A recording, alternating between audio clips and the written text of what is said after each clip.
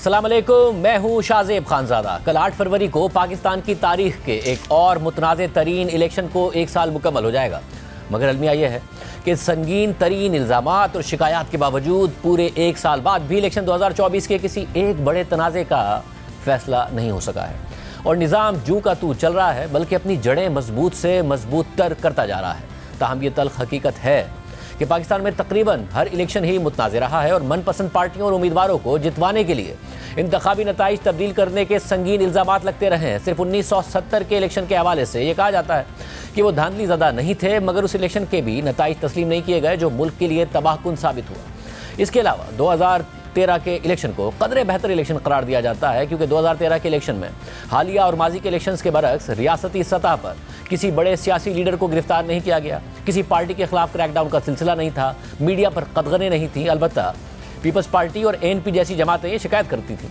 कि उन्हें तालिबान के खिलाफ सख्त मौक़िफ़ अपनाने की वजह से सिक्योरिटी के जवाज़ के तहत खुलकर कैंपेन करने का मौका नहीं दिया गया। जबकि 2013 के उस इलेक्शन के बाद इमरान खान ने धांधली का इल्ज़ाम लगाते हुए 4 हल्के खोलने के नारे के साथ 126 दिन का धरना ज़रूर दे दिया था, मगर फिर 5 साल बाद जुलाई 2018 में मुल्क की तारीख का एक और मुतनाज़े इलेक्शन करवाया गया और इलेक्शन से पहले तहरीक इंसाफ को जितवाने के लिए बाकायदा मैनेजमेंट करने के इल्ज़ामात लगे। इलेक्शन से 1 साल पहले नून लीग के वज़ीर आज़म नवाज शरीफ को सुप्रीम कोर्ट से नाअहल करवा दिया गया, फिर इलेक्शन से कुछ दिन पहले उन्हें जेल में डाल दिया गया। नून लीग को तोड़ने की कोशिशें की गई, मीडिया पर कदगने लगाई गई, आवाज़ उठाने वाले सहाफ़ियों की ज़बानबंदी की गई। इलेक्शन के दिन RTS बिठा दिया गया और फिर तहरीक इंसाफ को इलेक्शन में कामयाबी दिलवा दी गई। मगर इससे भी संगीन शिकायत और इल्ज़ामात 8 फरवरी 2024 के इलेक्शंस पर लग रहे हैं, जहां 2018 के इलेक्शन में मनपसंद उम्मीदवारों को जितवाने के लिए बैलेट पेपर, बैलेट बॉक्स या वोटों में हेर फेर करने के इल्ज़ामात लगे थे, तो वहीं 2024 के इलेक्शन में धांधली का एक मुख्तलिफ और नया तरीका अपनाया गया, जिसके ज़रिए हारे हुए मनपसंद उम्मीदवारों को कामयाब बनाने के लिए पुराने तरीके के बजाय फॉर्म 47 का सहारा लिया गया। पोलिंग के दिन तो धांधली या ज़बरदस्ती करने के इल्ज़ामात नहीं लगे, मगर अगले दिन दर्जनों उम्मीदवारों की फॉर्म 45 में वाज़ेह बरतरी को फॉर्म 47 में शिकस्त में तब्दील कर दिया गया, जिससे मुल्क में फॉर्म 47 के MNAs की एक नई इस्तिलाह ने जन्म लिया। और शायद इदारे खुद भी ये तवक्को नहीं कर रहे थे कि तहरीक इंसाफ को पूरी ताकत से दीवार से लगाने के बावजूद उन्हें इलेक्शन में इतने खौफनाक नताइज का सामना करना पड़ेगा और फॉर्म 47 का सहारा लेना पड़ेगा, क्योंकि 2018 के इलेक्शन से पहले नवाज शरीफ को साइडलाइन कर दिया गया था, जेल में डाल दिया गया था, मरीम नवाज समेत जेल में डाल दिया गया था। और 2024 के इलेक्शन का वक्त आया तो इमरान खान जो पहले ही जेल में कैद थे, उन्हें इलेक्शन से सिर्फ चंद दिन पहले 3 केसेस में अदालतों से मज़े का खेज तरीके से सजाएं दिलवाई गई। उन समेत तहरीक इंसाफ की पूरी क़यादत जेलों में थी, इलेक्शन लड़ने के लिए नाअहली का सामना कर रही थी। सुप्रीम कोर्ट के फैसले के नतीजे में पार्टी के पास इंतखाबी निशान तक नहीं था, पार्टी को खुलकर इलेक्शन कैंपेन और जलसे जुलूस तक नहीं करने दिए जा रहे थे और आज़ाद हैसियत में भी तहरीक इंसाफ के प्लेटफॉर्म से ज़्यादातर नए चेहरे इलेक्शन में हिस्सा ले रहे थे, जबकि दूसरी तरफ नून लीग और बाकी जमातों को खुला मैदान दिया गया था। उनके पास मंझे हुए सियासतदान और इलेक्टेबल्स उस मैदान में थे। खुद नवाज शरीफ की 4 साल बाद वतन वापसी हुई थी, उनके तमाम केसेस इंतहाई बर्क रफ्तारी से ख़त्म कर दिए गए थे, उनकी नाअहली ख़त्म हो गई थी और वो खुद नून लीग की इलेक्शन कैंपेन को लीड कर रहे थे। इसलिए नून लीग दावा कर रही थी कि 2/3 अक्सरियत के साथ नवाज शरीफ चौथी बार वज़ीर आज़म बन जाएंगे। लेकिन 8 फरवरी को नून लीग की तवक्कात के बरक्स नताइज आना शुरू हो गए। 8 फरवरी 2024 को शाम 5 बजे मुकर्ररा वक्त पर पोलिंग का अमल ख़त्म हो गया, तो 1 घंटे के बाद शाम 6 बजे से गैर हतमी और गैर सरकारी नताइज का सिलसिला आना शुरू हो गया। जियो न्यूज़ की स्क्रीन पर इब्तिदाई नताइज आना शुरू हो गए और अगले 4 से 5 घंटे तक इब्तिदाई नताइज का यह हैरानकुन ट्रेंड सामने आ रहा था कि इमरान खान के हिमायत याफ्ता आज़ाद उम्मीदवार बाकी तमाम जमातों के उम्मीदवार से बढ़तरी हासिल कर रहे थे और बड़े मार्जिन से बढ़तरी हासिल कर रहे थे। यहाँ तक कि लाहौर के हल्के NA 130 से नून लीग के कायद नवाज शरीफ तहरीक इंसाफ की जेल में कैद रहनुमा डॉक्टर यास्मीन राशिद से हार रहे थे। और ये सारे नताइज तारीखी ट्रांसमिशन में जियो न्यूज़ आवाम तक पहुँचा रहा था, जहाँ उस वक्त भी जियो न्यूज़ के तज्जियाकारों ने इंतखाबी अमल पर सवाल उठा दिए थे। आज इलेक्शन के नाम पे जो हुआ है, मैं इसको इलेक्शन तो नहीं कह सकता, हाँ चले कह लें ये बदतरीन जमहूरियत है, इसलिए कि जिस तरीके से तमाम दिन मोबाइल फ़ोन सर्विस को सस्पेंड रखा गया, उससे अब ये इलेक्शन नहीं रहा मेरे ख्याल से। अब ये अभी भी अब पोलिंग का वक्त ख़त्म हो गया, अभी तक आपने मोबाइल फ़ोन सर्विस बहाल नहीं की, तो अब मेरा खदशा है कि फॉर्म 45 जो है उसमें गड़बड़ की जाएगी। अगर ये सोचा जा रहा था कि जी मोबाइल फ़ोन सर्विसेज बंद करके टर्नआउट कम हो जाएगा, तो टर्नआउट तो बहुत सारे इलाकों में और जो अर्बन सेंटर्स हैं वहां बहुत ज्यादा हुआ है। अर्बन एरियाज में सरप्राइजेस सामने आ सकते हैं, टर्नआउट है, लोग बाहर निकले। ये नतीजा है NA 103 फैसलाबाद 9 का, जहां पर मोहम्मद अली सरफराज उम्मीदवार है, हाजी मोहम्मद अकरम अंसारी PMLN के। इस वक्त मोहम्मद अली सरफराज जो कि आजाद उम्मीदवार की हैसियत से इंतखाबात में हिस्सा ले रहे थे, वो इस वक्त आगे हैं। ये सिलसिला अब रुकेगा नहीं, ये सिलसिला जारी रहेगा। इलेक्शन के नताइज का जियो न्यूज इलेक्शन हेडक्वार्टर से बराह रास्त गैर सरकारी गैर हतमी इब्तदाई नताइज हैं। ये इलेक्शन 2024 पाकिस्तान की तारीख के सबसे बड़े इंतखाबात के ये नताइज, जिसको जियो न्यूज आपके सामने रख रहा है। बड़ा हल्का NA 130 लाहौर 14, यहां पर पाकिस्तान तहरीक इंसाफ की हिमायत याफ्ता उम्मीदवार यास्मीन राशिद 5778 वोट लेकर आगे हैं और मुस्लिम लीग नून के कायद मोहम्मद नवाज शरीफ 4631 वोट लेकर पीछे हैं। इब्तिदाई नताइज का ट्रेंड वाज़े कर रहा था कि तहरीक इंसाफ आज़ाद हैसियत में कौमी असम्बली में सबसे बड़ी जमात बनने जा रही है, जिस पर तहरीक इंसाफ खुशियां मना रही थी। तकरीबन रात 11 बजे तक भी यही ट्रेंड था कि तहरीक इंसाफ से ताल्लुक़ रखने वाले आज़ाद उम्मीदवार आगे हैं और नून लीग और दीगर जमातें पीछे हैं। तहम उस वक्त भी जियो न्यूज़ पर हम ये खदशा जाहिर कर रहे थे कि नताइज जारी करने के अमल को रोका जा रहा है। एक बड़ी अच्छी फाइट उनकी तरफ से शो की गई है। उनके लीडर जो हैं इस वक्त जेल में हैं, बैक टू बैक सजाएं 3 दी गई हैं, उसके बावजूद एक अच्छी फाइट और इंडिपेंडेंट्स इस वक्त तक लीड कर रहे हैं। अभी तक की जो सूरत हाल है उसमें नून लीग पीछे नजर आती है, इंडिपेंडेंट्स आगे नजर आते हैं। नून लीग के पास कोई ऐसी बात नहीं है कि वो शिकायत करें कि हमारे साथ धांधली हुई है। ओवरऑल अगर आपको तकरीबन अक्रॉस पाकिस्तान 20% कॉन्स्टिट्यूंसीज के 20% नताइज आ जाएं तो आप ये प्रिडिक्ट कर सकते हैं कि ये ट्रेंड जो है वो अब चेंज नहीं होगा बल्कि फॉलो करेगा। ये पाकिस्तान तहरीक इंसाफ की ना मुकम्मल तौर पे कह रहा हूँ, चंद एक तो हैं, लेकिन ना A टीम है ना B टीम है, ये C टीम है। आज उन्होंने फाइट बैक किया और अभी तक अच्छा जा रहा है। भट्टी साहब आप ज़्यादा खुश ना हो क्योंकि इसलिए कि अभी 12 नहीं बजे, तो 12 जब बज जाएंगे तो उसके बाद हो सकता है कि आपकी जो खुशियां हैं उन पर कुछ खदशात के घनौने साए मंडलाना शुरू कर दें। 12 बज जाए। कराची के मुख्तलिफ हलकों का जो रिजल्ट है वो काफ़ी आ चुका है, आप तक पहुंचने में शायद देर लगेगी, कंपाइल हो रहा है, तत्हीर का अमल रात गए और फिर रात 11 बजे के बाद गैर हतमी गैर सरकारी नताइज आने का सिलसिला रुक गया। इलेक्शन कमीशन हीले बहाने से काम लेने लग गया, जिससे इलेक्शन नताइज तब्दील करने के हवाले से संगीन शकूक व शुबहात और सवालात जन्म लेने लगे। इस सूरत हाल पर जियो न्यूज़ की खुसूसी इलेक्शन ट्रांसमिशन में भी इलेक्शन कमीशन के किरदार और रवैये पर सवालात उठाए गए और जियो न्यूज़ ने ये रिपोर्ट कर दिया था कि नून लीग के कैंप में मुकम्मल खामोशी हो गई है। नून लीग ने फतह की उम्मीद के साथ 8 फरवरी को रात 10 बजे मॉडल टाउन में नवाज शरीफ की विक्ट्री स्पीच के इंतजाम किए हुए थे, लेकिन 11 बजे तक ना सिर्फ नवाज शरीफ, शहबाज शरीफ और मरियम नवाज वहां से जा चुके थे, बल्कि नून लीगी रहनुमा सहाफियों को भी वापस भेज रहे थे। इस वक्त तक बहुत रिजल्ट आ चुके होते हैं। जो मुख्तलिफ MNA हैं उनके पास भी अभी तक 2-2, 3-3 रिजल्ट नहीं पहुंचे। और सबसे अहम बात यह है कि जब शाम को बहुत गहमा गहमी थी 180H पे नवाज शरीफ खुद मौजूद थे, मरीम नवाज खुद मौजूद थी, इसहाक डार जो इलेक्शन सेल को हेड कर रहे थे वो भी थे, अनुशा रहमान थी और शहबाज साहब सब मौजूद थे। अभी थोड़ी देर और उस वक्त ये हमें इतला मिली थी कि नवाज शरीफ साहब ने खिताब करना बाकायदा पंडाल सजाया गया था और वहाँ लोग मौजूद थे, लेकिन कुछ देर पहले शहबाज शरीफ रवाना हुए और उसके बाद वहाँ से मरीम नवाज और नवाज शरीफ सभी रवाना हो गए हैं। और तो अभी आए थे थोड़ी देर पहले वहाँ पर आजम वजीर तारड़, जब उनसे हमारे एक नुमाइंदे ने पूछा तो उन्होंने कहा अब सुबह देखेंगे, अभी तो कुछ नहीं है। और जो इलेक्शन सेल को हेड कर रहे थे अपना इसहाक डार साहब, उनके बारे में बताया गया कि वो भी चले गए हैं। रईस अंसारी साहब ये कह रहे हैं कि साबिक वजीर आजम मियां नवाज शरीफ का अपनी तरफ से एक विक्ट्री स्पीच करने का प्लान था जो मुकम्मल ना हो सका और वो पंडाल भी सजा हुआ था, लोग भी मौजूद थे, लेकिन पहले वो चल दिए, फिर बाकी भी उनके पीछे पीछे इधर उधर हो गए। 7 या 8 या 9 हल्कों से ज्यादा किसी सूबाई असम्बली का रिजल्ट अभी तक पता नहीं चल सका और NA का तो बिल्कुल ही पता नहीं है। जो हमारे सोर्स हैं, जो जराए हैं, कोई हम पोलिंग एजेंट जो वाकिफ हैं, जहाँ हमने जिनसे रिजल्ट लेने की कोशिश की है, उन्हीं के जरिए रिजल्ट दे पा रहे हैं। और हमें जबकि रिजल्ट हमें रिटर्निंग ऑफिसर से मिलना चाहिए था, इलेक्शन कमीशन से मिलना चाहिए था। इलेक्शन कमीशन खामोश रहा, नून लीग की क़यादत भी खामोश थी, जिस पर जियो न्यूज़ की ट्रांसमिशन में सवाल उठाया गया कि बाकी जमातें तो नताइज जारी करने का मुतालबा कर रही हैं, मगर नून लीग खामोश क्यों है।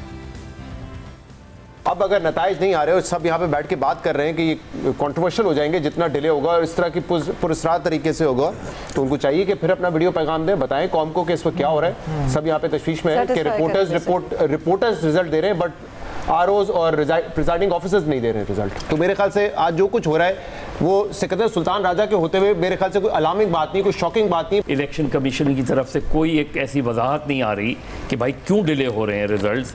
कराची, लाहौर, इस्लामाबाद, इनके रिजल्ट्स, पेशावर, इनके रिजल्ट्स क्यों नहीं ऑफिशियली चीज़ें सामने आ रही। तो ये बहुत संजीदा सवालात है। ये इस इलेक्शन को गैर ज़रूरी तौर पर अब बहुत ज़्यादा मुतनाज़ा बनाने की कोशिश की जा रही है। अगर वो ये काम करेंगे और जितना इसमें ताख़ीर होगी तो उससे ये मुराद लिया जाएगा कि 2018 की तारीख को दोहराया जा रहा है। अब 12 बज गए, अब आप कराची का, लाहौर का और बाकी जो रूरल एरियाज़ हैं उसका रिजल्ट देना शुरू कर दें जो आपने होल्ड किया हुआ है। टेक्निकल फॉल्ट भी मान लेते हैं, लेकिन अब वो मुझे कहा गया था 12 बजे ख़त्म हो जाएगी, तो अब 12 बज के 3 मिनट हो गए हैं। अब तहरीक इंसाफ के आतिफ खान साहब हैं, उनकी तरफ से कहा गया कि आरओ ऑफिस जो है उसने रिजल्ट की कंपाइलेशन रोक दी और कह रहा है कि सर्वर डाउन हो गया अब मर्दान के अंदर। अब मर्दान के अंदर सर्वर डाउन, लाहौर के अंदर सर्वर डाउन, 64 गुजरात। ये बात नहीं समझ में आ रही क्योंकि खैरपुर के करीब मेरा अपना गाँव है, मैं वहाँ इस वक्त किसी से कॉन्टैक्ट नहीं कर पा रहा। क्यों नहीं कर पा रहा? क्योंकि मोबाइल सर्विस बंद है।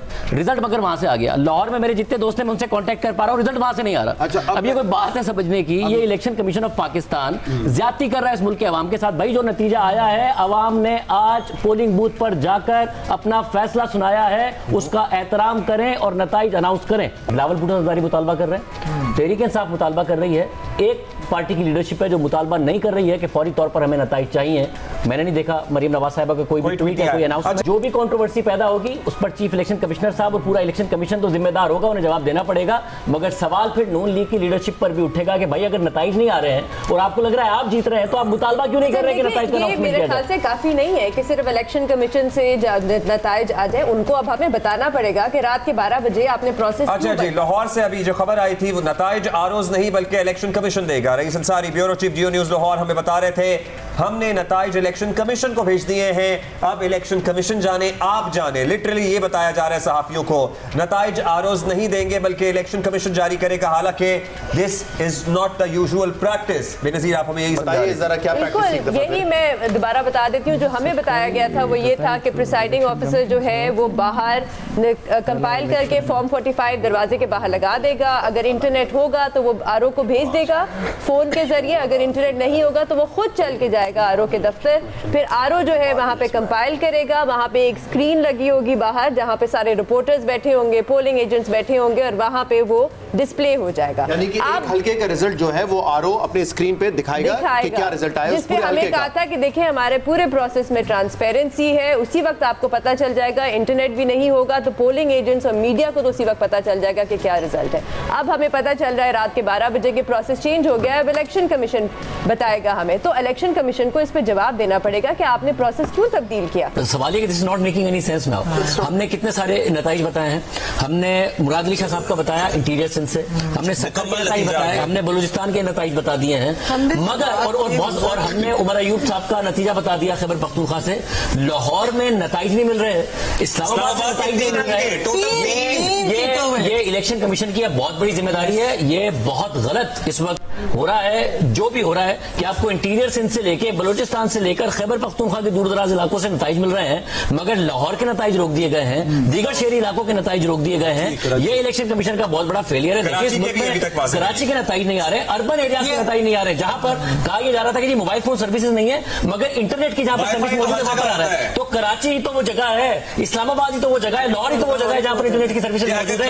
ये नताइज का रोकना ये बहुत गलत बात है। आज मुल्क के अवाम ने अपना वोट का राइट इस्तेमाल किया है और जो राइट इस्तेमाल किया गया है, जिसको मुंतखब किया गया है उनका हक उनको दिया जाए। ये बहुत ही गलत बात है और शहरी इलाकों में किया जा रहा है। ये नहीं, कराची से 110 पर जिब्रान नासिर साहब खड़े हुए थे, वो भी ये कह रहे हैं कि 90% जो रिजल्ट है वो पेंडिंग है और नताइज अब नहीं दिए जा रहे हैं। हम अपने इंतजार कर रहे हैं कि पोलिंग एजेंट्स वापस आए, इस हवाले से नताइज दें, मगर नतीजा नहीं दिया जा रहा है। और एक पोलिंग स्टेशन खड्डा मार्केट में है जहां पर पोलिंग एजेंट्स को बाहर निकाल दिया गया। ये हमने 2018 में भी वाकया देखे थे कि कराची में पोलिंग एजेंट्स को बाहर निकाल दिया गया था, फिर नताइज तब्दील हुए थे।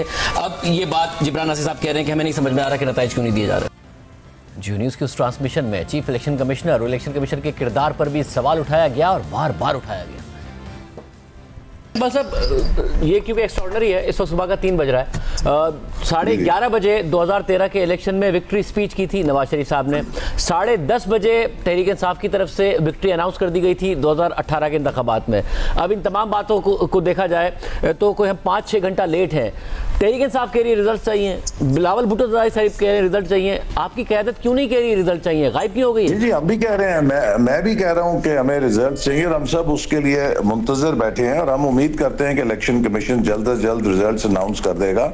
और इसमें मेरा ख्याल है कि एक बहुत ही जो पूरा पोल ऑर्गेनाइज हुआ, हमें इस बात को अप्रिशिएट करना चाहिए कि इलेक्शन कमीशन ने बड़ा अच्छी तरह से मैनेज किया। कोई ज्यादा इक्का दुक्का वारदातें हुई तशद्दुद की, लेकिन on the whole by and large अगर आप पिछले इलेक्शंस के मुकाबले में देखें तो बड़ा पीसफुल इलेक्शन रहा। और ये जो उनका रिजल्ट्स हैं वो शायद इसको वो ऑफिशियली कंपाइल करके खुद लॉन्च या अनाउंस करना चाहते हैं। तो मेरा ख्याल है कि अभी उन्होंने आधे घंटे में आ जाएंगे, तो we are waiting for it. मगर आप तो कंफर्टेबली जीते हैं और ज़ाहिर 2018 में भी जीते थे, इस दफ़ा भी जीते हैं और जीते हुए नजर भी आ रहे हैं। अब मसला ये है कि chief election commissioner had one job, वो था इलेक्शन कराना और इलेक्शन के नताइज वक्त पर देना। उन शख्सियत ने ये एक काम नहीं किया और आप अभी भी तारीफ कर रहे हैं उनकी, और आप अकेले ही हैं शायद जो तारीफ कर रहे हैं उनकी। आप पूरे मुल्क के अंदर जिस तरह इलेक्शन कंडक्ट हुए, अगर आप 2018 में चले जाएं तो उसके मुकाबले में तो बहुत पीसफुल इलेक्शन हुआ है। वायलेंस उसका कोई स्केल बहुत कम है और बड़ा आराम से आज हम फिरते रहे पोलिंग स्टेशंस के ऊपर, बड़े आराम से पोलिंग कंडक्ट हुई है। एहसन इकबाल साहब ज़ाहिर है वो अवेलेबल हुए हैं, वरना नून लीग की लीडरशिप नहीं है अवेलेबल, उन्हें आना चाहिए। मगर इलेक्शन कमीशन ये कैसे कह सकता है, जो आप एदाद शुमार बता रहे थे जुनेद, कि 10,000 लोग हैं, उनके 10,000 के उन्हें मिले पोलिंग स्टेशन के। जियो न्यूज़ का नेटवर्क जो इतने सारे हमने अपने नुमाइंदे मुख्तलिफ शहरों में रखे हैं, वो 25,000 पोलिंग स्टेशन के नताइज हमें दे चुके हैं। तो इलेक्शन कमीशन का एक काम है, जियो को तो और सारी ट्रांसमिशन करनी होती है और सारे काम करने होते हैं, हमारे पास 25 पोलिंग स्टेशन के नतीजे हैं। इलेक्शन कमीशन वन जॉब, एक काम है आपका, आपने आज के दिन इलेक्शन कराना था जो 5 साल बाद आपको कराना होता है, इसके अलावा बाई इलेक्शंस कराने होते हैं। आपके पास नताइज नहीं है, आप आधे घंटे की डेडलाइंस दे रहे हैं अपने लोगों को कि आपने आधे घंटे के अंदर मुझे नतीजा भेजना है। चीफ इलेक्शन कमिश्नर साहब, ये सूट नहीं करती आपको बात। आपका एक जॉब थी, इस मुल्क में डेमोक्रेसी बहुत अहम है, इस मुल्क के आगे बढ़ने के लिए बहुत अहम है। आप कह रहे हैं आधे घंटे में मैंने कहा कि मुझे नताइज भेज दो, 10,000 नताइज मेरे पास आए हैं, 25,000 लोगों के नताइज पोलिंग स्टेशन के नताइज जियो के पास मौजूद है, आपके पास 10,000 के हैं। एक अजीब सा मामला ये है कि पहले वो कह रहे हैं कि 10,000 नताइज हमारे पास है और जराए से ये खबरें चलवा रहे हैं कि जो चैनल्स पे नताइज चल रहे हैं वो दुरुस्त नहीं है, जबकि आपको पता है जियो की कितनी बड़ी टीम इस वक्त इन प्लेस है। और अगर वो दावा कर रहे हैं कि हमारे पास 10,000 पोलिंग स्टेशन के नताइज आए, तो जियो ने खबर ब्रेक की है कि 25 से 26,000 पोलिंग स्टेशन के नताइज जियो ब्रेक कर चुका है। तो अगर जियो के पास ये नताइज आ रहे हैं तो सवाल आपको अपने अमले से पूछने की जरूरत है कि आपके पास ये नताइज क्यों नहीं आ रहे। और जब आपने एक पूरा बताया था कि एक स्टैंडिंग ऑपरेटिंग प्रोसीजर होगा हमारा कि किस तरीके से प्रिजाइडिंग ऑफिसर से रिजल्ट जाएगा, आरओ ऑफिस तक जाएगा, आप 2 बजे तक डिस्प्ले कर देंगे, मतलब ना आपने रिजल्ट्स जो है छापे हैं अपने पोलिंग स्टेशंस के बाहर, ना रिटर्निंग ऑफिसर ने वो हल्के के रिजल्ट्स वहां पे दिए। तो मतलब जिस तरीके से इस वक्त मामला चल रहे हैं, सवाल बनता है। और मैं तो पहले भी इस पर कह चुका हूँ, इलेक्शन कमीशन का पूरा ये जो रवैया रहा है और जो तरीकेकार रहा है पिछले 1-1.5 साल में, उससे कई सवालात बनते हैं। अब जो है 3:18 हो गए, ठीक है, तो वो आधा घंटा तो गुजर गया, वो हो सकता है 1 घंटों के अंदर तब्दील हो जाए। बात ये है कि 2 सूबाई असम्बलियों के भी पहले आपने इलेक्शन नहीं किए, वो भी डिले हो गया। आपका जो बात शाहजेब भी कर रहे हैं, शहजाद भी बात कर रहे हैं, आपका काम ही इलेक्शंस कराना है, एक काम है आपका। ये कैसे होगा कि आपने रातों रात जो अपने रूल्स खुद ही तब्दील कर दिए, मतलब कि वो आरओ से लेकर अब जो है कि इलेक्शन कमीशन देगा और फिर इलेक्शन कमीशन भी नहीं कुछ बता रहा।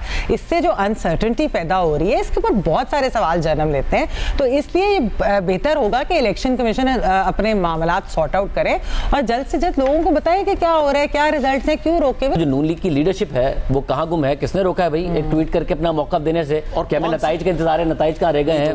मरियम नवाज साहब गायब हैं, अता तारड़ को, मरियम नवाज को, हमजा शहबाज को, जो इलेक्शन के दिन पैकअप करके घर जाके सो जाते हैं या किसी और काम में लग जाते हैं। कौन सी ऐसी पार्टी है? आप देख रहे हैं हाफिज नईम साहब रिजल्ट्स का वेट कर रहे हैं, मुस्तफ़ा कमाल साहब ने अपने तौर पे आके विनिंग स्पीच कर दी, गौहर अली खान साहब दावा कर रहे हैं कि हम 150 सीटों पे आ गए। तो ये मुख्तलिफ पार्टीज दावे कर रही हैं, वो मैदान में रहती हैं, लेकिन यहाँ तो हम देख रहे थे कि 6-7 घंटे के लिए तो मुकम्मल तौर पे नून लीग जो है वो गायब हो गई थी। उमर अयूब साहब रूपोश हैं मगर उसके बावजूद अपना बयान जारी कर रहे हैं। हाँ जी, ये रूपोश हो गए नहीं, और जो पहली दफा इलेक्शन लड़े हैं मगर फिर अचानक इलेक्शन नताइज रोकने के बाद अगली सुबह से आहिस्ता आहिस्ता से दोबारा गैर हतमी गैर सरकारी नताइज आने का सिलसिला शुरू हो गया। तो ये देखकर सब हैरान हो गए कि रात को तहरीक इंसाफ के हिमायत याफ्ता जो उम्मीदवार बड़े मार्जिन से जीतते नजर आ रहे थे वो अब हारते नजर आ रहे हैं। आपने सुबह 6:30 बज गए हैं और नताइज आपने अभी तक नहीं दिए। जो नताइज आ रहे हैं अब उनमें से मुतअद्दिद नताइज तब्दील हो रहे हैं। तो इलेक्शन तो कंट्रोवर्शियल हो गया है और सवाल इलेक्शन कमीशन पर उठेगा और इसके बाद उठेगा, जो कि ज़्यादा अफसोसनाक है कि आपने 8 to 5 स्मूथ पोलिंग करा दी थी। तमाम जमातें उसको एक्सेप्ट कर रही थी, तमाम जमातें लुक फॉरवर्ड कर रही थी कि नताइज आएंगे और उसके बाद ये सब कुछ हुआ। अब आप कुछ भी रीज़न दें, आधा घंटा 6:30 बज गए सुबह के, रात 2 बजे तक आपने फाइनल नतीजा देना था। ताखीर है, उसकी जिम्मेदारी या उसमें जो भी नाअहली है वो उनको कबूल करनी होगी। अगर आप दोनों में सुबह 6:30 बजे वो एनर्जी है जो पिछली शाम 6:30 बजे थी, कैसे कर रहे हैं आप लोग? क्योंकि ऐसा लगता है इलेक्शन कमीशन तो पहले गए, उनके एहलकार सो गए, अब उठे वापस रिजल्ट्स कंपाइल करने के लिए। मुझे लगता है अवाम भी सो गए और अगर अवाम जाग भी रहे हैं, मियाँ साहब तो सो गए उन्हें सुबह उठ के पता चलेगा शायद। मेरे ख्याल से उनकी जमात के कुछ लोगों को आपने काफी बड़ी एनर्जी, लेकिन और यही ट्रेंड इलेक्शन नताइज मुकम्मल होने तक जारी रहा। मगर इसके बावजूद 12 फरवरी 2024 की नंबर गेम के मुताबिक कौमी असम्बली में पीटीआई के हिमायत याफ्ता आज़ाद उम्मीदवार 92 नशिस्तों पर कामयाब हो गए थे। नून लीग की सिर्फ 79 नशिस्तें थी, जिसमें 4 आज़ाद अरकान भी शामिल थे। इसी तरह पीपल्स पार्टी को 54 नशिस्तें मिली थी, जबकि MQM 17 नशिस्तों के साथ चौथे नंबर पर थी। मगर इस इलेक्शन के बाद मुल्क में पहली दफ़ा फॉर्म 47 का तनाज़ा खड़ा हो गया। तहरीक इंसाफ का दावा है कि वो फॉर्म 45 के मुताबिक कौमी असम्बली में 180 से ज़्यादा नशिस्तों के साथ अकेले हुकूमत बनाने की पोजीशन में थी। मगर फॉर्म 47 के जरिए नताइज तब्दील करके हारे हुए उम्मीदवारों को जितवाया गया और इमरान खान का मैंडेट छीनकर नून लीग की हुकूमत बनवाई गई। एक संगीन और बहुत बड़ा इल्ज़ाम है जिससे मौजूदा हुकूमत की लेजिटिमेसी पर बहुत बड़ा सवाल उठता है, पहले दिन से उठ रहा है। और ये ज़रूरी है कि इन इल्ज़ामात की जामे तहकीकात हों और हक़ाइक़ सामने लाए जाएँ, वरना अगर सियासी जमातों और उम्मीदवारों को यह खदशा रहेगा कि फॉर्म 45 और फॉर्म 47 के नताइज भी अलग अलग हो सकते हैं, तो मुल्क में इलेक्शन का पूरा अमल ही डिस्क्रेडिट हो जाएगा। वोट डालने की अहमियत ही ख़त्म हो जाएगी, क्योंकि वोटों की तस्दीक वाला फॉर्म 45 कुछ भी का है, सिर्फ फॉर्म 47 के ज़रिए नतीजा बदल दिया जाएगा। जिन्हें अवाम का वोट नहीं मिलेगा वो ऐवानों में होंगे और जिन्हें अवाम वोट देंगे वो सड़कों पर एहतजाज कर रहे होंगे, जो आज भी कर रहे हैं। और इस तरह मुल्क में सियासत और जमहूरियत का गला घोटा जाता रहेगा। वो आज खुद नून लीग के सीनियर रहनुमा और वज़ीर आज़म के मुशीर राना सनाउल्लाह भी मानते हैं कि इलेक्शन से कुछ दिन पहले इमरान खान को 3 केसेस में गलत सज़ाएं दी गई थी। फिर रबिया खान से बात करते हुए राना सनाउल्लाह ने कहा कि नवाज शरीफ जब आए तो पार्टी में जान पड़ गई थी, मगर इमरान खान को इलेक्शन से पहले जो 3 सज़ाएं हुई उससे पीटीआई के लिए हमदर्दी बढ़ी और हमें नुकसान हुआ। एक बात जो मैं कर सकता हूँ जी कि ये इलेक्शन का जो फ़र्क आया है ना, जो सीटें थोड़ी कम रही हैं, वो सिर्फ आखिरी महीने में हमें नुकसान हुआ है। मियाँ नवाज शरीफ जब आए उस दिन पूरी पार्टी में जान पड़ गई थी। अच्छा, उसके बाद जो इनको 3 सजाएं हुई, आज हमारी ये असेसमेंट है कि उन सज़ाओं से इनकी मज़लूमियत और जो है वो इस बयानिए में जो है वो इजाफा हुआ। इसको लोगों ने जो है वो ठीक महसूस नहीं किया, उनको मज़लूम बनाया, उनके लिए हमदर्दी का जज्बा पैदा किया और हमें उन्होंने नुकसान दिया, जिसका नुकसान हुआ। कल 8 फरवरी 2024 को तहरीक इंसाफ यौम सियाह मनाने जा रही है। पहले सवाबी और लाहौर में जलसों का ऐलान किया गया था, लेकिन लाहौर की ज़िला इंतजामिया ने पीटीआई को लाहौर में मीनार पाकिस्तान पर जलसा करने की इजाज़त नहीं दी, जिसके बाद आज पीटीआई के सेक्रेटरी जनरल सलमान अकरम राजा ने ऐलान किया है कि कल हम सवाबी जाएंगे, जबकि तहसील और यूसी की सतह पर लोग अपने तरीके से एहतजाज करेंगे। कल इंतशार और टकराव का इरादा नहीं है।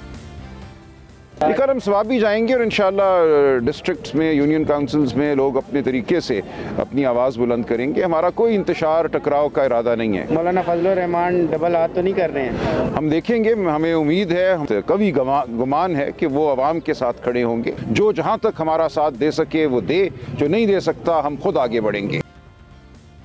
इलेक्शन को 1 साल गुजर गया, कि अगला साल भी ऐसे ही गुजरेगा या तहरीक इंसाफ को कोई ब्रेक थ्रू मिलेगा? बात करेंगे एक ब्रेक के बाद।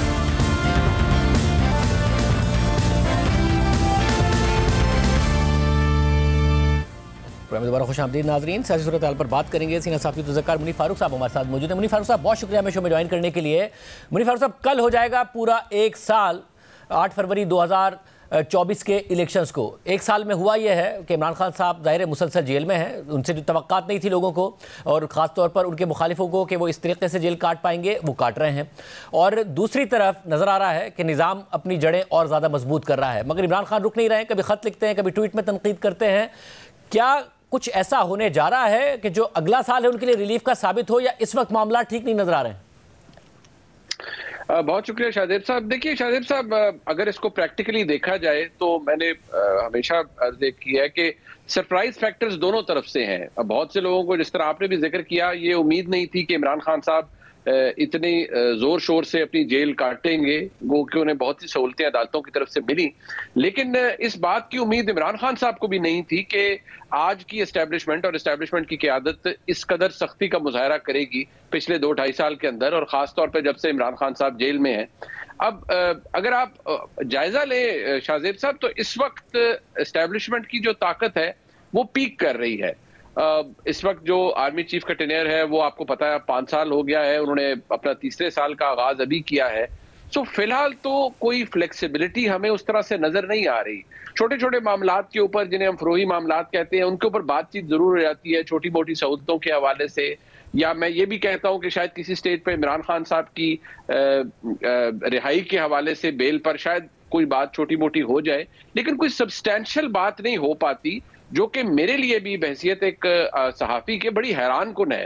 क्योंकि आपके भी मुशाहिदे में हैं, हमारे सामने है। जब इमरान खान साहब की हुकूमत आई तो उसके बाद 1 साल बाद ही मियां नवाज शरीफ साहब के लिए रास्ते खुल गए थे और वो बाहर तशरीफ ले गए थे। आज ऐसे कोई हालात नहीं है, और एस्टेब्लिशमेंट का जो मौक़िफ़ है वो बतदरीज वही है जो पहले दिन था, कि इमरान खान साहब ने वो तमाम हदूद फलांगी हैं जो आज तक किसी ने नहीं फलांगी, और अगर वो ये कर गुजरे हैं तो फिर इसका खमियाजा भी उन्हें भुगतना पड़ेगा। वैसे माजी में हमने देखा है कि जब सियासतदानों पर मुश्किल वक्त आया, चाहे मार्शल लॉ की सूरत में हो या फिर उनके एस्टैब्लिशमेंट से इख्तलाफात की सूरत में हो, वेट एंड सी किया। जब वक्त आया तो प्रेशर डाला, अपने मतलूबा नताइज हासिल किए। इमरान खान साहब ज़ाहिर है वेट एंड सी नहीं कर रहे हैं, मुसलसल एक पुश है उनकी तरफ से, और तवक्को उनको यह है कि कहीं ना कहीं वीकनेस आएगी और जो कमज़ोरी होगी उसी से ब्रेक थ्रू होगा। तो ये स्ट्रैटेजी काम कर रही है, कहीं ना कहीं प्रेशर है जिसकी सूरत में ब्रेक थ्रू उन्हें मिले, क्योंकि अब भी वो एहतजाजी की तरफ जा रहे हैं। जब खत भी लिखते हैं तो उसमें भी एक बाकायदा तनकीद होती है, ट्वीट करते हैं तो उसमें भी तनकीद होती है, साफियों से कोर्ट में बात करते हैं उसमें भी तनकीद होती है। शाहजेब साहब, मसला ये है कि जो आज की एस्टैब्लिशमेंट की क़यादत है, इनका कोई उस तरह से वीकनेस अभी तक आइडेंटिफाई पाकिस्तान तहरीक इंसाफ नहीं कर पाई। और जो फर्क है जनरल आसिम मुनीर साहब में और जो अगर आप देखे जाए माजी के जो चीफ रहे हैं, वो फर्क है एंगेजमेंट का। कि एक तो यहाँ अब मैं दोबारा पूरी इंफॉर्मेशन के बेसिस पे आपको कह रहा हूँ कि किसी को एग्जैक्टली एक्सेस भी नहीं है पूरी तरीके से, मुलाकातें भी नहीं है, पता भी नहीं है, ना ही कोई रात के तारीकी में जाके कोई एस्टैब्लिशमेंट से कोई और लोग मिल रहे हैं, ना ही कोई इंटरमीडिएटरीज है ऐसे जो इमरान खान साहब और पाकिस्तान की एस्टैब्लिशमेंट की क़यादत के दरमियान को कॉन्डुइट बन जाएं, कोई पुल का किरदार अदा करें। जिन साबिक फौजी अफसरान ने कोशिश की है उनको बड़ी सुबकी हुई है, और उनके लिए भी ये बड़ा हैरान कुन है। इमरान खान साहब, जाहिर बात है उनका एक स्टाइल भी यही है कि वो ना थमते हैं ना रुकते हैं, नहीं कीप स्ट्राइकिंग बैक, और उनका अभी भी यही ख्याल है कि किसी ना किसी जगह से मैं इस एस्टैब्लिशमेंट का कोई ऐसा सिरा, कोई ऐसी वल्नरेबिलिटी मैं ढूंढ लूंगा जहां से मैं कोई इनकलाब बर्पा कर दूं। इमरान खान साहब की टोटल रिलायंस इस वक्त ये है कि मुल्क में इतनी बड़ी तादाद में लोग निकले कि एस्टैब्लिशमेंट को भी कंसीड करना पड़ जाए और उन्हें इस हुकूमत की छुट्टी करानी पड़ जाए। जबकि ग्राउंड के ऊपर आज तक पिछले 2-2.5 साल के अंदर शाहजेब साहब हमें ये नजर नहीं आया। आप ये देखिए कि 2024 के इंतखाबात में लोग वोट डालने तो निकले, लेकिन जो एहतजाज उसके बाद हुए उसमें कोई ये नहीं था कि कोई इतना ग्राउंड स्वेल हो गया कि पूरे पाकिस्तान में लोग निकल आए।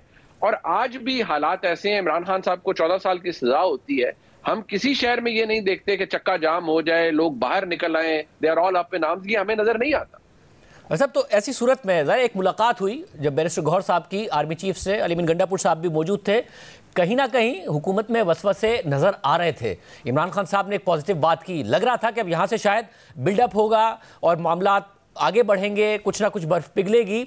हुआ क्या उसके बाद? क्या वजह है कि उसके बाद दोबारा तलखी आ गई? कादिर साहब, मसला यह है, एक तो कुछ चीजें जिन्हें हम अंग्रेजी में कहते हैं ब्लोन आउट ऑफ प्रोपोर्शन, वो भी थी। छोटी चीज को बहुत बड़ा बना दिया गया और शायद एस्टेब्लिशमेंट को भी फिर जिस तरह से गैर सरकारी तरीके से उसको उस सारे चीज को डिस्पेल करना पड़ा कि कोई इतनी बड़ी चीज नहीं हुई है। And I know it for a fact कि हुकूमत पाकिस्तान को तो बहुत पहले ही कह दिया गया था कि जो मामलात खासतौर पर तहरीक इंसाफ या इमरान खान साहब के हवाले से होंगे वो हुकूमत पाकिस्तान करेगी। अब इमरान खान साहब ने उसमें एकदम खुशी का इजहार किया। एक्चुअली मसला ये भी है कि इमरान खान साहब क्योंकि जेल में है, उन्हें जब थोड़ा सा पॉजिटिविटी नजर आती है तो वो बहुत ज्यादा पुरमुसरत लहजे में लोगों से इंटरेक्ट करते हैं। उन्हें लगता है कि अब मेरा हाथ पड़ गया है, मुझे फुट होल्ड मिल गया है जहां से मैं ऊपर चढ़ सकता हूं। वो नहीं है। उसके बाद भी एक मुलाकात हुई, लेकिन वो कोई बहुत ऊपरले लेवल की मुलाकात नहीं थी और उसमें भी आप ये समझें कि हुकूमत की नुमाइंदगी भी हो रही थी। वहां पर भी बात वही हुई कि इमरान खान साहब की रिहाई और उससे मुतल्लिक मामलात, लेकिन उनका जवाब भी यही था कि वो हुकूमत से बात करें, इससे एस्टेब्लिशमेंट का ताल्लुक नहीं है।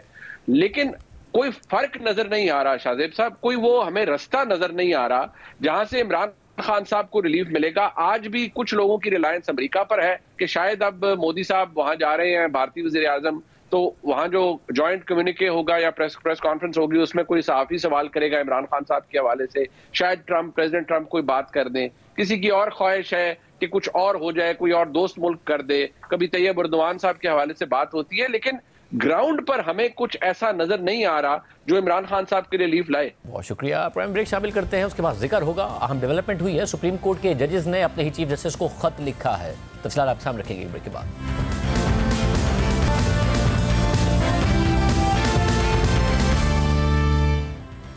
आला अदलिया में जजेस की तैनाती और खासतौर पर इस्लामाबाद हाई कोर्ट में जजेस का ट्रांसफर एक मुतनाज़ मामला बनता जा रहा है और हुकूमत पर मुसलसल कोर्ट पैकिंग का इल्जाम लग रहा है। पहले इस्लामाबाद हाई कोर्ट के जजेस ने ट्रांसफर के खिलाफ खत लिखा और फिर रिप्रेजेंटेशन भेजी और अब सुप्रीम कोर्ट के 4 जजेस ने सुप्रीम कोर्ट में तैनातियों के लिए 10 फरवरी को बुलाया गया जुडिशल कमीशन का इजलास उस वक्त तक मौखर करने का मुतालबा कर दिया है जब तक 26वीं आईनी तरमीम और इस्लामाबाद हाई कोर्ट के जजेस की सीनियरिटी का फैसला नहीं हो जाता। इसके अलावा इस्लामाबाद हाई कोर्ट के जस्टिस बाबर सत्तार ने chief justice Islamabad high court Aamir Farooq को 6 सफ़हात पर मुश्तमिल खत लिख दिया है जिसमें ट्रांसफर शुदा जजेस की सीनियरिटी लिस्ट जारी करने पर तहफ़्फ़ुज़ात का इजहार करते हुए हाई कोर्ट एडमिनिस्ट्रेशन कमेटी में तब्दीली को भी गैर कानूनी करार दे दिया है और कहा है कि बगैर हल्फ उठाए ट्रांसफर शुदा जजेस को कमेटी में रखना गैर कानूनी है। इन जजेस को हल्फ के बगैर जुडिशल और इंतजामी काम के लिहाज से इस्लामाबाद हाई कोर्ट का जज ही नहीं कहा जा सकता। जबकि सुप्रीम कोर्ट के justice Mansoor Ali Shah, justice Muneeb Akhtar, justice Ayesha Malik और जस्टिस अतर मिनल्ला ने चीफ जस्टिस और जुडिशल कमीशन के सरबरा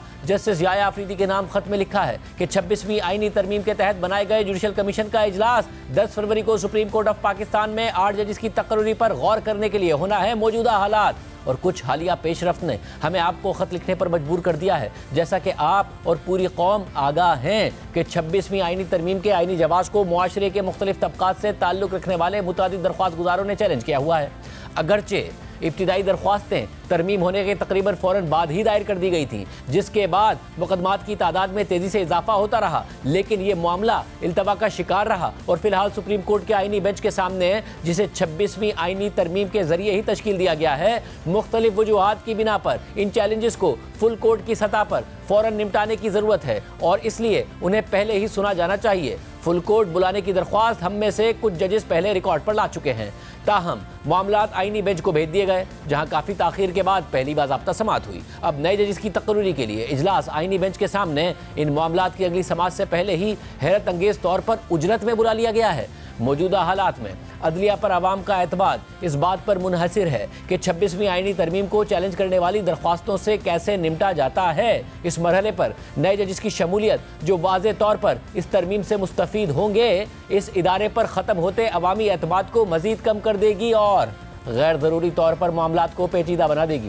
अगर जजेस की तैनाती के लिए इजलास होता है तो जो पेचीदगियाँ पैदा होंगी वो ये हो सकती हैं कि अगर आईनी बेंच दरख्वास्तों को कबूल कर लेता है और 26वीं आईनी तरमीम के मुकदमात को सुनने और फैसला करने के लिए फुल कोर्ट को बुलाने की हिदायत करता है, तो ये सवाल पैदा होगा कि इस मकसद के लिए फुल कोर्ट में कौन कौन शामिल होगा।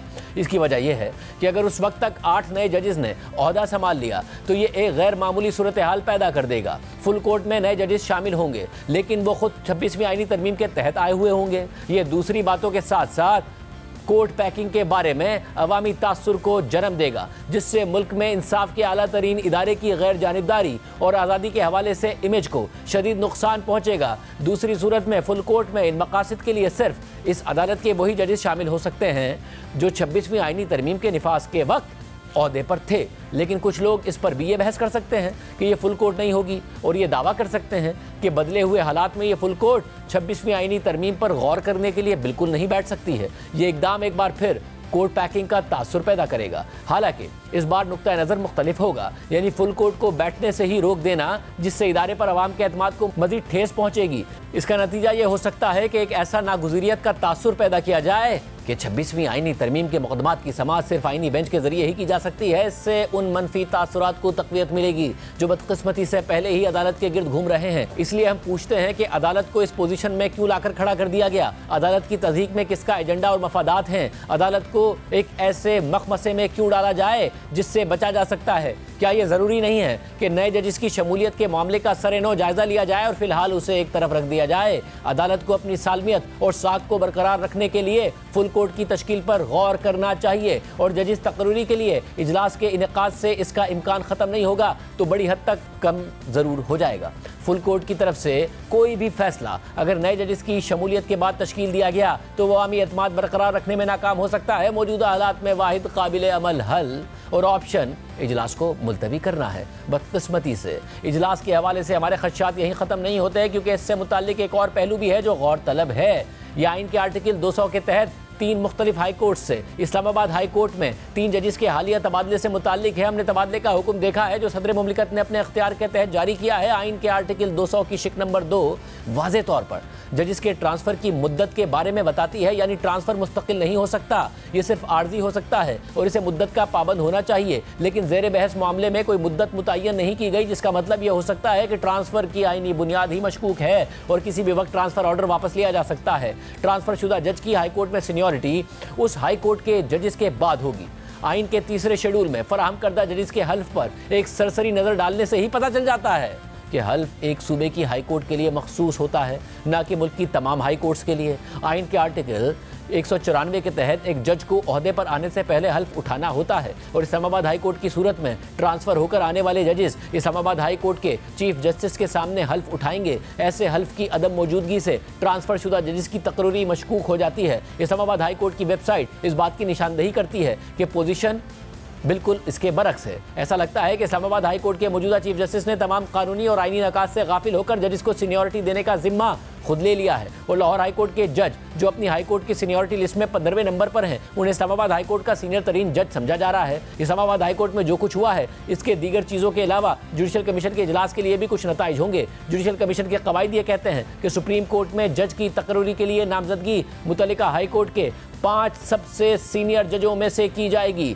जुडिशल कमीशन सेक्रेटेरिएट की तरफ से 27 जनवरी को भेजे गए खत में भी इस पोजीशन की अक्कासी करते हुए इशारा किया गया है कि 5 सीनियर तरीन जजेस को 8 नई तैनातियों के लिए नामजद किया जाएगा। अब लाहौर हाई कोर्ट के जज इस्लामाबाद हाई कोर्ट के सीनियर जज होने की वजह से सुप्रीम कोर्ट के जज के तौर पर नामजदगी और तकरीरी के अहल हो गए हैं। ये कैसे हो सकता है? एक ऐसा जज जो अपनी ही हाई कोर्ट में इस तरह के किसी भी तरह की तैनाती का अहल ना हो, अचानक और आईनी तौर पर मशकूक और ऐबदार ट्रांसफ़र के नतीजे में सुप्रीम कोर्ट के लिए अहल कैसे हो सकता है? जो काम बराह रास्त नहीं किया जा सकता वो बिलवास्ता भी नहीं किया जा सकता। मीटिंग में ज़ेर गौर उम्मीदवारों की फहरिस्त आईनी तौर पर नाकिस मालूम होती है, क्योंकि इसमें एक ऐसा जज भी शामिल है जिसे वहाँ नहीं होना चाहिए और वो जज इस फहरिस्त में शामिल नहीं है, जिसे इस्लामाबाद हाई कोर्ट के 5वें सीनियर जज की हैसियत से उसमें होना चाहिए। उम्मीदवारों पर कानूनी तौर पर जायज़ तरीके से गौर करना मौजूदा हालात में मुमकिन नहीं है। लिहाजा हमारी ये दरख्वास्त है कि जुडिशल कमीशन की तरफ से सुप्रीम कोर्ट में 8 नए जजेस की तकरीरी उस वक्त तक मौखर कर दी जाए जब तक कि 26वीं आईनी तरमीम को चैलेंज करने का किसी न किसी तरीके से फैसला नहीं हो जाता, या कम अज़ कम आईनी बेंच इसकी समाअत करने के लिए